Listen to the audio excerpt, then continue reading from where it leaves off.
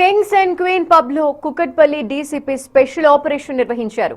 యువతులతో కస్టమర్లకి వల వేస్తున్నట్టు ఫిర్యాదులు రావడంతో మఫ్టీలో పబ్ లోకి వెళ్లారు డీసీపీ రితిరాజ్. స్పై కెమెరాలతో పబ్ లో జరుగుతున్న కార్యకలాపాలని వీడియోలు, ఫోటోలు తీశారు. పబ్ మేనేజర్ తో పాటు 8 మందిని అదుపులోకి తీసుకుని విచారిస్తున్నారు పోలీసులు.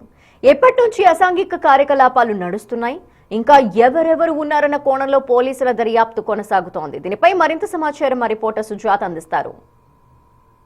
కుకట్పల్లిలోని కింగ్ అండ్ క్వీన్ పబ్ లో నిన్న తెల్లవారుజామున ప్రాంతంలో కుకట్పల్లి డీసీపీ రితిరాజ్ ఆధ్వర్యంలో తనిఖీలు జరిగాయి.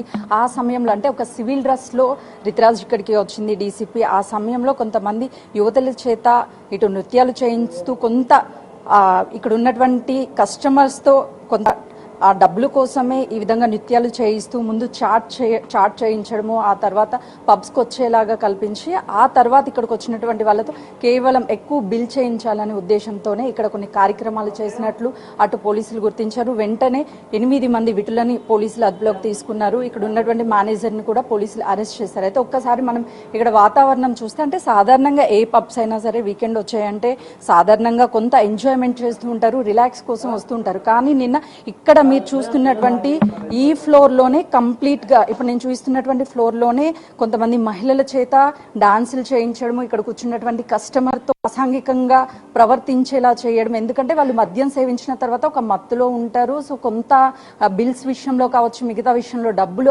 ఆర్జనగానే వీళ్ళు చేస్తున్నారు. అయితే రీసెంట్ గానే ఇటు పోలీసులు ఎక్కడికక్కడ lodges, hostels, hotels, restaurants, OYO rooms మీద కూడా కవచ్ అనే పేరుతో ఆపరేషన్ చేస్తున్నారు. ఈ నేపథ్యంలో రీసెంట్ గా మనం చూసాము మల్కాజ్గిరి సిపి సుమతి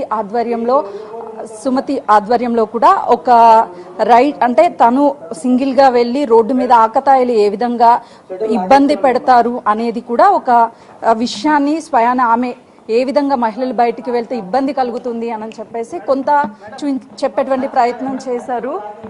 ఈ నేపథ్యంలోనే అటు ఇప్పుడు రెండోసారి ఇట్లా ఒక మహిళా డీసీపీ ఇక్కడికి వచ్చి ఆ తర్వాత ఒక సివిల్ డ్రెస్ లో వచ్చిన తర్వాత ఇక్కడ ఆ విధంగా ఉండడంతో మేనేజర్స్ ని అదుపులోకి తీసుకున్నారు.